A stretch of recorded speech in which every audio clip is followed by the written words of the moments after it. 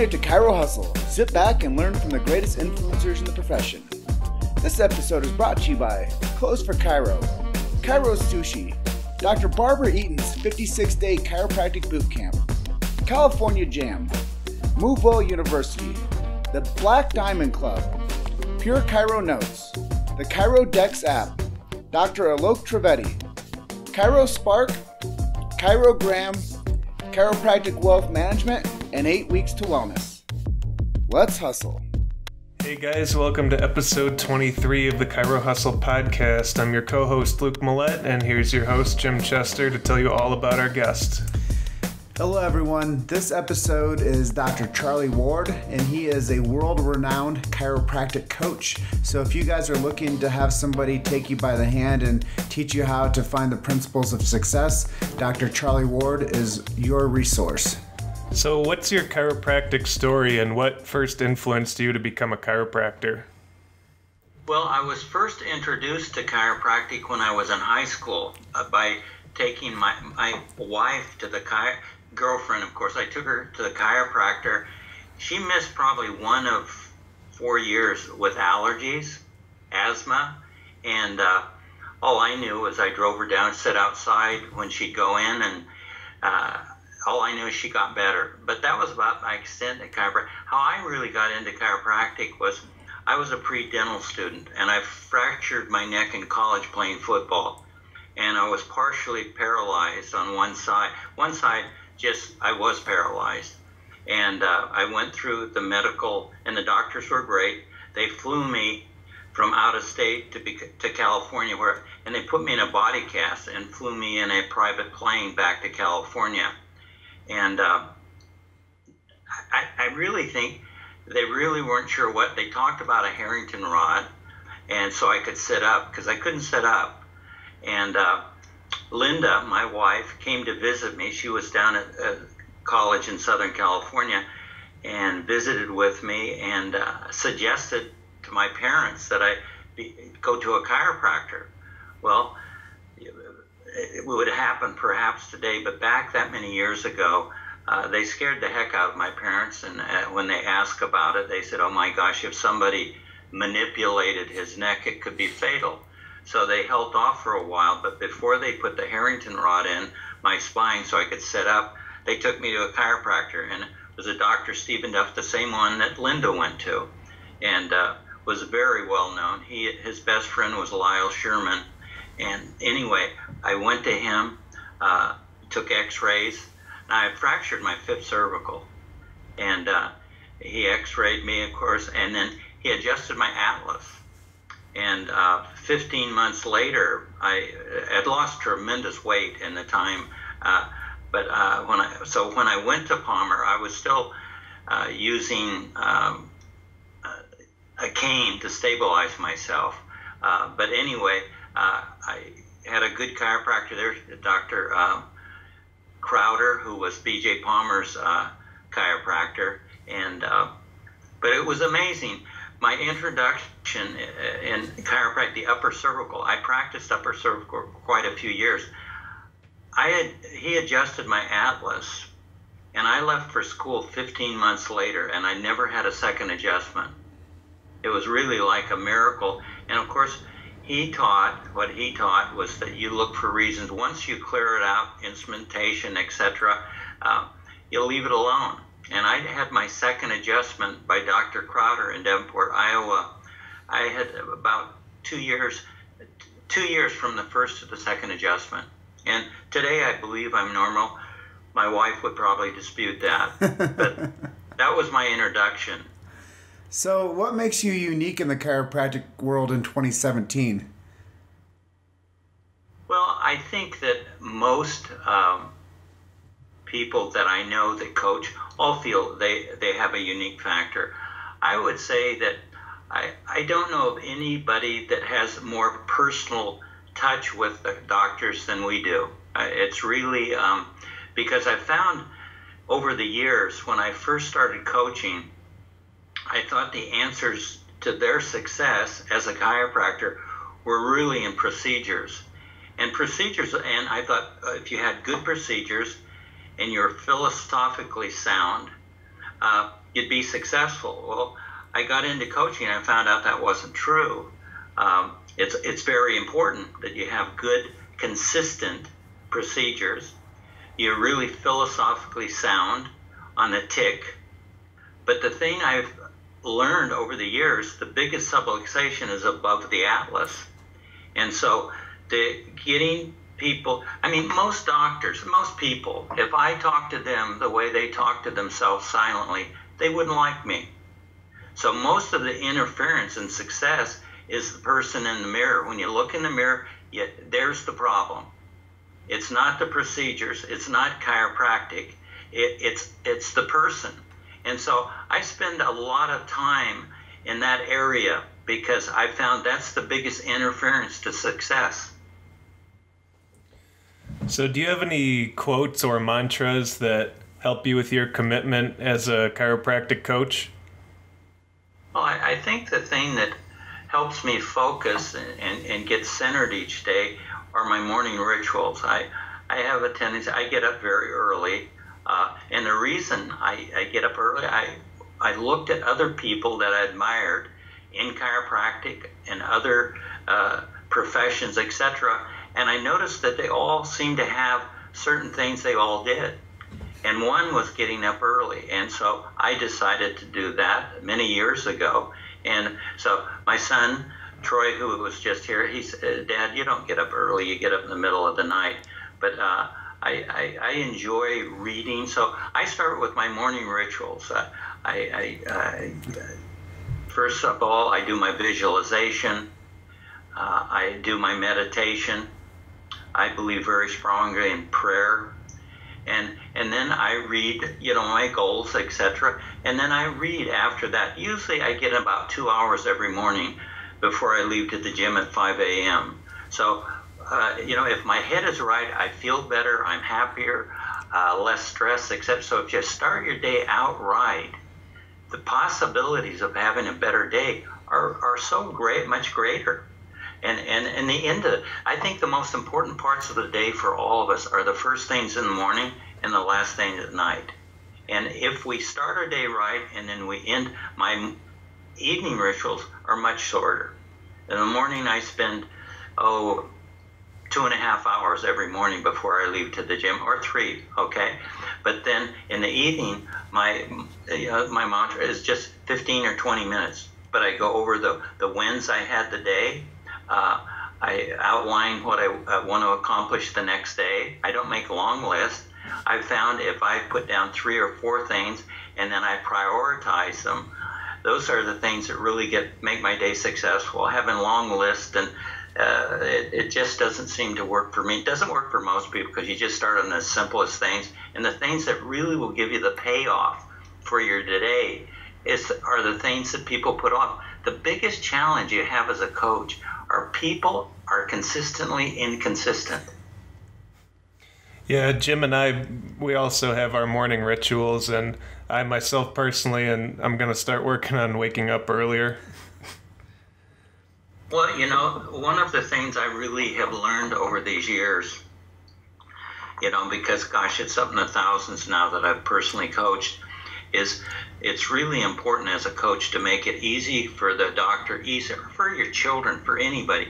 Make it easy to win and hard to lose. And most people set themselves up for failure. They make it very difficult to win and very easy to lose. Lousy habits, anybody can have lousy habits. Get up late, eat the wrong things, don't exercise, go work your day. Can't wait to get off so you can get home and watch 6 or 8 hours, they're saying, of TV a night, and maybe drink a little too much and eat too many pretzels. It's really easy to have a lousy habit. It really takes discipline and commitment to have good habits. Whether it's your morning rituals or it's eating or it's, any of the things that we're talking about, it takes discipline, it takes commitment. It's very difficult to replace bad habits with new habits. And as a coach, that's what you're doing, is suggesting nobody does everything you suggest, but if you can get a person to follow, my experience has been, if I can get a doctor to follow 60, 70% or more of what I suggest, they get tremendous changes and it become very successful. But the difference that you find, when I first started practice, I was very, the things they taught you in school, geez, they taught me good technique. I had a good education at Palmer College, I believe, but I had no skills of building a practice. And thank goodness that I hooked up with Jim Parker and Sid Williams. They both became very close friends of mine, and they changed my life. Well, I'm going to go off script here just a little bit, because I would like to ask you, as your time as a chiropractic coach, what would you say is your biggest success story with a client? Gosh, I don't know. The biggest, I've had doctors that were at the top seeing I've had clients that were seeing 1,000 a week. That's very unusual now. The things have changed, but I've had chiropractors that were, I can think of one right now. He's very successful. They see a lot of people. Now he has 3 offices, but they collect about $350,000 to $400,000 a month, and they do it honestly and they do it ethically. It's no shades of gray. So, and then I've worked with people that were starving. Not making it, wanting to get out of chiropractic. But if somebody is committed and willing to change, and it is coachable. Some people aren't coachable. They live in fear, fear of failure, fear of change. Fear, as you know, FEAR, false evidence appearing real. And so fear holds people back more than anything I've found. So as a coach, when you can change those things, I spend the first month, I don't even talk procedures. The first month, all of my calls with the new doctors is getting to know them, because one shoe doesn't fit everybody. And so what I found, if I can get to know them, and I follow a certain dialogue, questions I've asked for years, when I really get to know them and I get to know their strengths and their weaknesses and apply the things I've learned over all these years and concentrate on their strengths, the weaknesses get better automatically. So it's having a system. Do I help everybody? No. Have I had people that started with me and it didn't work? Absolutely. But I'm very proud of the results I've gotten over the years. I want to be a good investment for anybody I take on. I'm taking on 2 new doctors this week. And really what I want, helping people, I don't know, and ask yourself this, is there anything that feels better and gives you satisfaction than helping people? I haven't found anything. Whether it's my children, or it's my wife, or it's the next door neighbor, or it's my fellow chiropractor. When I can add something of value to their lives, and in some cases they say, you've changed my life, you can't buy that. It's priceless. It's very special. Well, you touched on something before you start talking about your wins and some of the challenges with winning. Tell us a little bit about how you determine if someone is uncoachable, because that seems like a good sticking point that we should probably cover. Well, when you've done it as long as, as I have, now do I have a crystal ball? No, but I've just gotten to the point that, I ask questions. I ask a lot of questions. You just don't. When I first started coaching, my gosh, you wanted to I accepted you. I had a very large team of people, 21 on my staff, and we had a very large number of people who were coaching, and it was successful. Now I've cut way back. I'm very, usually when I interview somebody, if they have, particularly if I ask a lot of questions, and it's always confidential, but if they make other people wrong, and that's a sign that possibly it's not somebody I want to work with.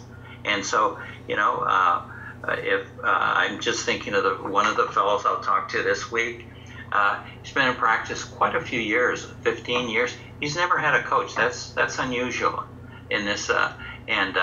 He is in an area where I practice. He knew of me, etc. We had a wonderful conversation. I'm looking forward. He's really looking for change. He wants to grow. And when somebody really wants to grow.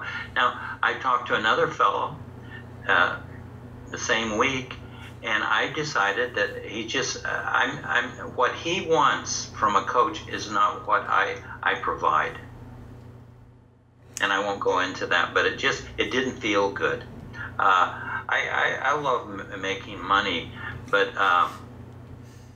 that's not my main motivator. It's just like, success is not the key to happiness. Happiness is the key to success.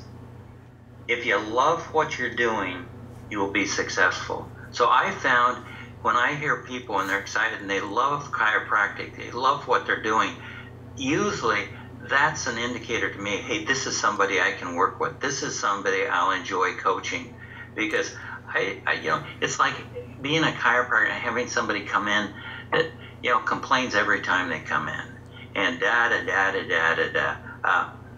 you almost look forward to them not coming in. So I really work at, and I don't want to make anybody wrong, but some people, they have so much fear and bad habits, it would take a lifetime to change. And I just don't want to do that. Yeah, I can understand that big time. And before we go into the next question, I just want to reverse the clock a little bit and talk a little bit about your career as a chiropractor and then how long you've actually been coaching too, so people can get a preface on who Charlie Ward is and where you came from a little bit too. Okay. So I know you said that you practiced for 18 years, right? Yeah, I hadn't really thought of that. I would say somewhere between 15 and 18. And basically, if you're happily married and you have children, what we all run out of is time. And having the practice that we had and going into coaching, I always say at the height of my insanity, I was on the road 1 year, 45 weekends. And, oh, wow. Which is silly. Okay, but at least I woke up. I love being home. I love my family, and I learned a new word that changed that, and it's called no. You can be on the road every weekend if you choose to, usually. And so I decided that I sat down with my wife and we talked about it. We set our goals and how many times I just cut back, and I'm so glad I did because. It's a matter of priorities, and my family is much more priority than being a coach will ever be, or being a chiropractor. And I love being both of those things, but family is number one. Well, that's really good information. I think that a lot of people that are going to be listening to this episode of Chiro Hustle are definitely going to learn some of your techniques for how you structure your life, how you interact with people in their personal worlds, and how you really think about what's most important to you, and that is your family. So, that's really cool for us to hear too, as being young men that are learning our own way in this world. So thank you for sharing that information with us too.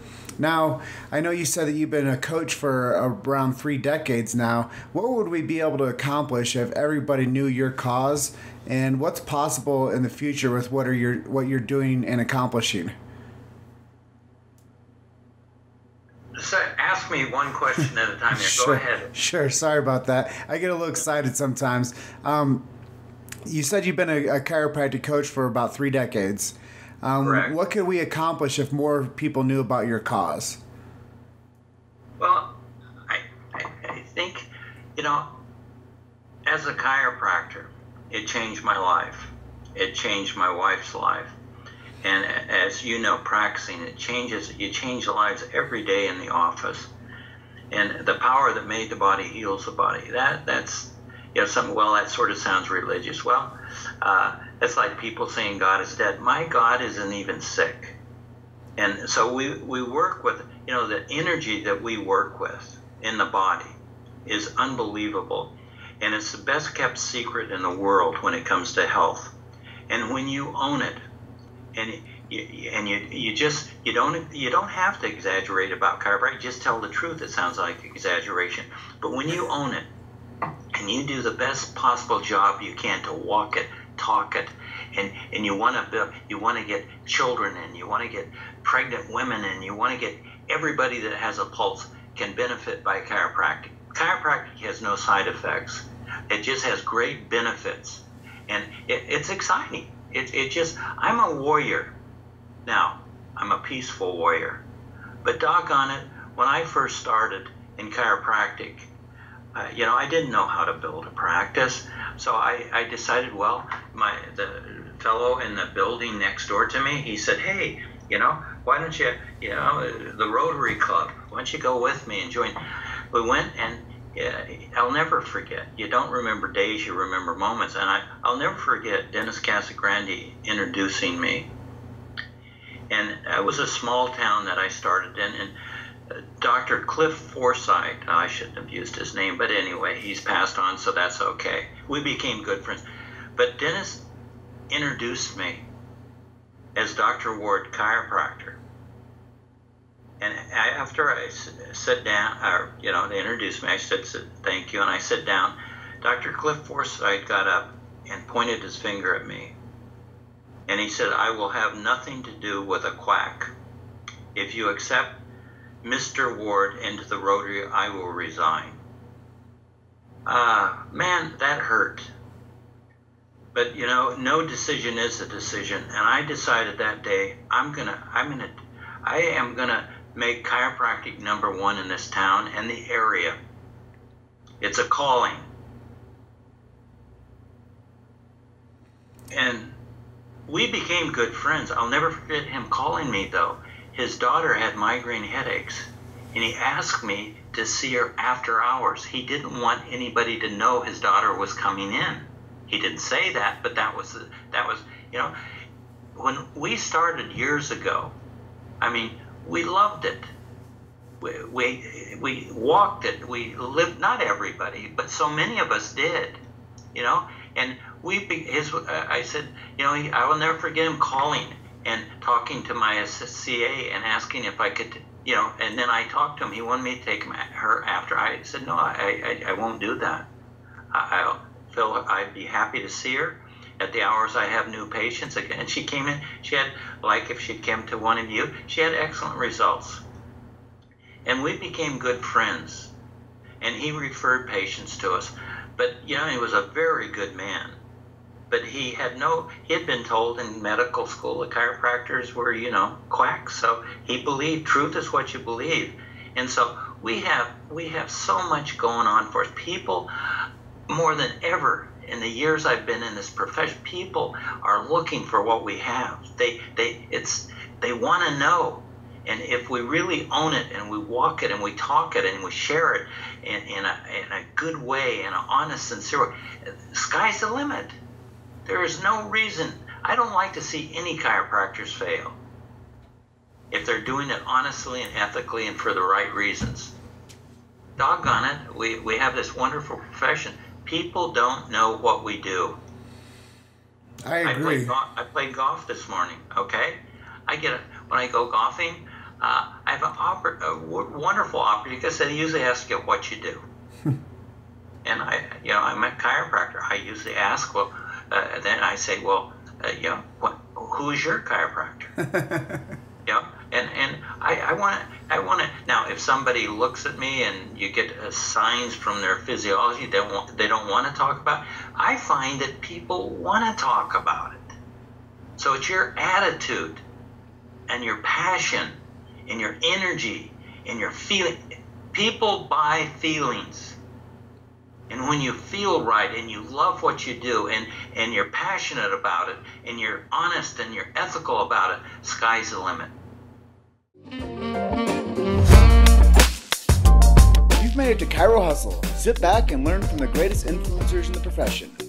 This episode is brought to you by Clothes for Chiro, Chiro's Sushi, Dr. Barbara Eaton's 56-day chiropractic boot camp, California Jam, MoveWell University, the Black Diamond Club, Pure Chiro Notes, the Chiro Dex app, Dr. Alok Trivedi, Chiro Spark, Chirogram, Chiropractic Wealth Management, and 8 Weeks to Wellness. Let's hustle. I 100% agree. You know, what you say is definitely something that our listeners will benefit from. And this episode is going to be a very well celebrated episode. I guarantee you that. Well, thank you. So, where do you see the chiropractic profession in 20 years? Well, you know, that's a good question. I thought when we were going to Palmer all those years ago that today, without question, chiropractic would be the #1 healing profession in the world. And I still think, I know the certainty it still has a potential, but I'm really concerned about the young doctors coming out of school. You know, it's most of them have no philosophical base. You know, they're not doing well. You just get on Facebook and you do this and that. That isn't working. Overall, I mean, it's here. It will always be here. I mean, people. Anyway, that's another subject. But you know, anyway. So the future of chiropractic, to me, I think that we have a lot of work to do. And that's one of the reasons that we're doing this podcast. And that's one of the reasons that we created the film on chiropractic. And we're creating another film that's, towards the end of its completion. So we're really doing our part. And I think, Dr. Ward, as you've discussed with us, one of the things that we really should focus on is how can we get chiropractic outside the four walls of chiropractic? And that's a lot what you just said. You know, we have to be passionate about it. We have to love it. We have to live it. And I listened to Clarence Gonstead on a recording a couple days ago, and he said, you know, chiropractic isn't just the times when your clinic hours are open. Chiropractic is your life. When you're a chiropractor, that becomes your life. And you have to be, you know, proud of who you are in those moments to share your message with people and know that you're a chiropractor 7 days a week, 24 hours a day. No, I had the wonderful opportunity to spend a lot of time with Dr. Gonstead, and Dr. Kirby Blandis and I went back there many times, and Dr. Gonstead would spend, 15 hours or more in his clinic, and then he would go and he would set up, we'd set up with him, he would set up almost all night with you talking chiropractic, get an hour or two of sleep, and then he'd be right back in the office. Now, I'm not indicating that one should do that. Me neither. But I no. But his passion, just sitting with him, he and his wife sitting with him, you could just feel the energy. And we're in the energy business. And when you're thinking right thoughts, as you know, and we're feeling, the energy goes up. When you're negative and talking about, all this baloney on TV or whatever, your energy goes down. And so the things that winners believe they are rewarded in life to the exact measure of their contribution. They give more and they receive more. So I believe, and I've experienced, the whole you give through in life is what you receive. When you give love, you get more love. If you give anger, you get more anger. Whatever you give out comes back to you. And, a lot of people, when they came out with the book, The Secret, like it was a secret. My gosh, The Secret's talked about thousands of years ago. It hasn't changed. And so it's exciting. Well, we're going to switch gears a little bit on that topic and ask you a little bit about marketing. You as a coach, how do you market your self as a coach, and what avenues do you take to do that? I really don't. Most of my new doctors that I take on, I have a wellness practice when it comes to my coaching. The average client that starts with me stays 8.6 years. Oh, wow. And many of the clients, I'm thinking of different ones, and I won't name their names, but have been with me. Like, I'm thinking of one doctor that's been with me since I started. And he gets asked, why would you stay with a coach that many years? And he laughs and usually says, because I'm a slow learner. And he's not a slow learner, okay? But I really, when I take on somebody, it's a responsibility. And I really put my wisdom and knowledge that I've gained over the years into their practices. And if they will listen with reason, like I mentioned, you can get phenomenal results. So when you find some spare time in your days, what do you like to listen to and read? Well, I'm looking, we've just relocated. When I say we, my wife and I, we've downsized. But everything in the home is very organized except my office right now. It will be. But I love to read. You know, I heard early on, readers are leaders. And I believe that to be true. You know, if you gain knowledge and you apply it, you'll be very successful in life.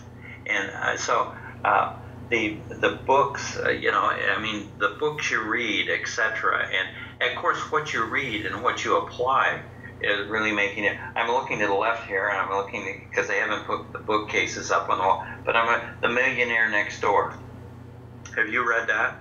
I have not read that, but I hear it's a good book and people should read it annually. Yeah, it's like anything.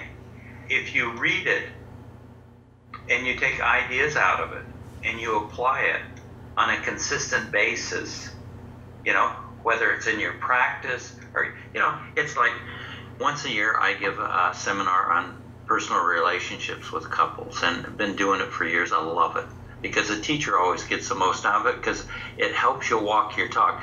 But in relationships, you either grow together or you grow apart. There's no in between. Either grow together or you grow apart. And so when you really, whether it's your practice or it's personal relationships, or it's like children, raising children, if your attitude is really always look for what your children are doing right and compliment them on it and praise them on it and be honest and sincere about it, whether it's the people you work with, you're looking for what they're doing right, and you're helping them improve the quality of their thinking and their lives, it's really exciting. If you're looking for what's wrong and then, you know, it works just the opposite. You're angry and you're frustrated and you're stressed, and who in that blank wants to be there? Well, I have a question that leads into what you just said. And what do you recommend to somebody if they don't find themselves to be a strong reader? How do you get somebody over that hump of like, gosh, I hate reading, and what's in it for me type personality? No, and it's, you know, I mean, hey, I was a person that didn't read. I made a commitment to myself when I got out of chiropractic college. Thou shalt never read again. And I'm being very serious about that. I just, you know, my perception, one was I was a slow reader. So, you know, whatever you believe, truth is what you believe. I believed I just didn't enjoy it. But then I started looking at people that I wanted to be more like, mentors, people I admired, etc. You know, and they were readers. So I read an average of 2 to 3 books a week. So in the last 30 years, I don't know how many, 5,000, I don't know how many books I've read, but a lot, okay? And so some of the books, if I get a good book, I read it at least a minimum of 3 times. The first time I just read it. The second time I highlight it. The third time I write in the margins. Then if it's really one of those books that I want, I read it again every 3 months. So some books, whether it's Think and Grow Rich or whatever it might be, I've read dozens of times. You know, it's just, well, I went to church once and I got it all. I don't think so. You know, and you know when you're really an unlearner, and I've been there. I was taking myself a little too serious. And because I was considered a star at the Parker, and the rooms were, you know, in the heydays, the rooms were packed, speaking before 10,000 in New York. What a thrill. And I would sit in some of the classes, and they really had a lot to offer, but I think, oh, blah, blah, blah. I became an unlearner. When you become an unlearner, you get unhappy. Your life levels out. Everything, you start attracting. The law of attraction is alive and well. And as a man or woman thinketh, so are they. So whatever you think about, you attract. And so reading is something I started out very slow at. I started out, and gosh, I'd read a book, and it took me to finish a book, and I don't know exactly, it doesn't really matter, but gosh, if I read a book a month, I was lucky. Have you ever... And then I set goals, and I decided, hey, there's great benefit here. And if there's enough value and benefit that you can sell yourself on, you can start you read more. But you just start slow. It's like if you were my personal trainer and you took me to the gym and I'm come out of condition, and you say, hey, grab those dumbbells there, the 100-pound dumbbells, and do some curls. It'd be a joke. I could lift them, but I couldn't curl them. And so there again is something we talked about. I have found if you really apply, make it easy to win and hard to lose. Okay, I'll read a chapter every morning. You can do it if you really want to. And pretty soon you read more than that. And then pretty soon you read maybe a book. I have clients that I work with, that hadn't read. They just hadn't read. And, we start slow, okay? And they're reading maybe a chapter a week instead of 10 chapters a week. 1 chapter a week, okay? Then pretty soon it's, hey, how about 2, etc. And you build momentum. I mean, whether it's getting in condition mentally, getting in condition physically, or whatever it might be, if you consistently do it and work at it, you improve upon it. Would you agree? I agree 100%. And that's really why we're doing this podcast, is so we condition ourselves into being more of an authority for the message of chiropractic. And the more amazing people that we can attach ourselves to that are changing the world with chiropractic, we get a chance to leverage ourselves into the marketplace with celebrity status, including people like you. So it does a lot for our credibility when we condition ourselves with the chiropractic message, but not just saying that we know it all, but now we get to interview the greats and talk to high caliber guests as yourself and get the stories behind what you did, why you do it, and what really got you to that next level. May I respond to what you just said? Oh, sure. God bless you. Thank you. Well, you are doing something that we so, in my opinion, so badly need in our profession. And, so wonderful people like you, visionaries, I call you, that are doing this. Gosh, thank you, thank you, thank you, thank you, thank you, thank you, thank you.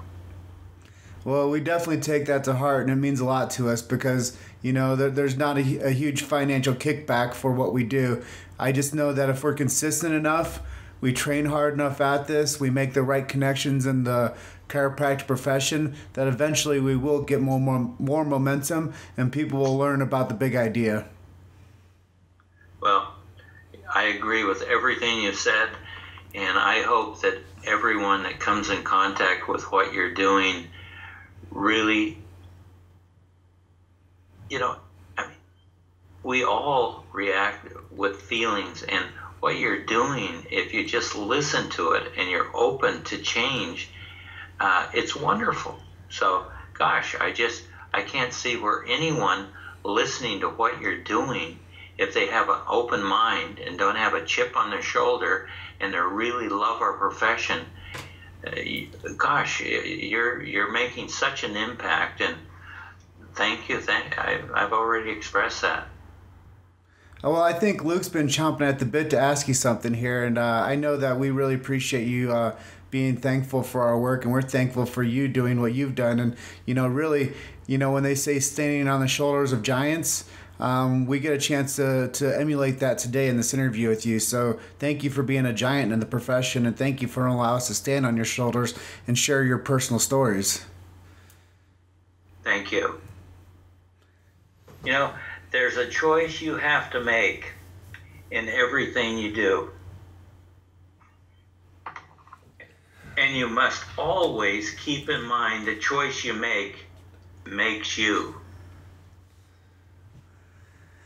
Yeah, I agree with that too. Choices are, definitely like you said, you wake up early. Why? Because you emulate some people that you have admired. You read more. Why? Because you're emulating people that you admire. You start implementing mantras and training for yourself. Why? Because you're emulating people that, you admire. So I think that what we've been able to do with the Chiro Hustle podcast is interview some really awesome people that are doing things. And now we're picking up on the successes of other people, and getting these like personal stories from people is just making our library of intelligence that much greater. I agree. And is there anything that we didn't ask you that you'd like to share with our audience?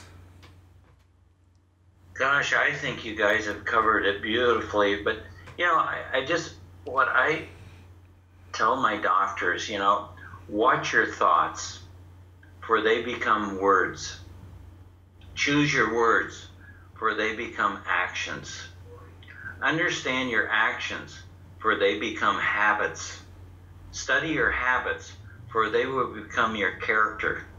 Develop your character, for it becomes your destiny. That's well said. And I think that the more people that, will replay this over and over and over just for that quick snippet, I think so many people are going to take that as a benefit.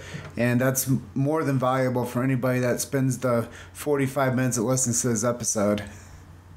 Thank you. And if people want to find out more information on you, how do they do that? Is there a website, or how do they get in touch with you? Well, they can Dr. Ward at Ward, W-A-R-D, success.com. And that'll take them to our website. We have, I feel, a very good website. They can call, our office. Area code is 925-855-1635. And one of the team members will answer. If they would like to talk to me personally, they will set up a one-on-one with us. And anytime we talk to anyone, it's very confidential. And if we feel we're a good match, I feel I'm a good coach. I don't think I'm a good coach. I'm a great coach. Well, we surely appreciate you and your team for scheduling in some time with us to cover you as one of our episodes of Chiro Hustle. We admire what you do. When I had a chance to see you at Chiro Sushi, you blew my socks off. I thought that you really, conveyed messages that the audience needed to hear. And I know you had a lot of stage time too, and I don't think that was by mistake. I think that the time that you had with the audience there at Chiro Sushi, you made an impact not only on me, but so many other people that were at that event. So thank you for that too. Well, thank you for those kind words. Well, that's just about our episode, and I just want to thank you again for being our guest today, and we both of us hope that you enjoy the rest of your day. I'll have a great day, and you have a wonderful day as well. Thank you very, very much. Thank you, Dr. Ward, and be blessed. As well. Bless you. Bye-bye. Okay, see ya. Bye. Thanks for listening to Chiro Hustle. Don't forget to subscribe and check back next week to continue hustling.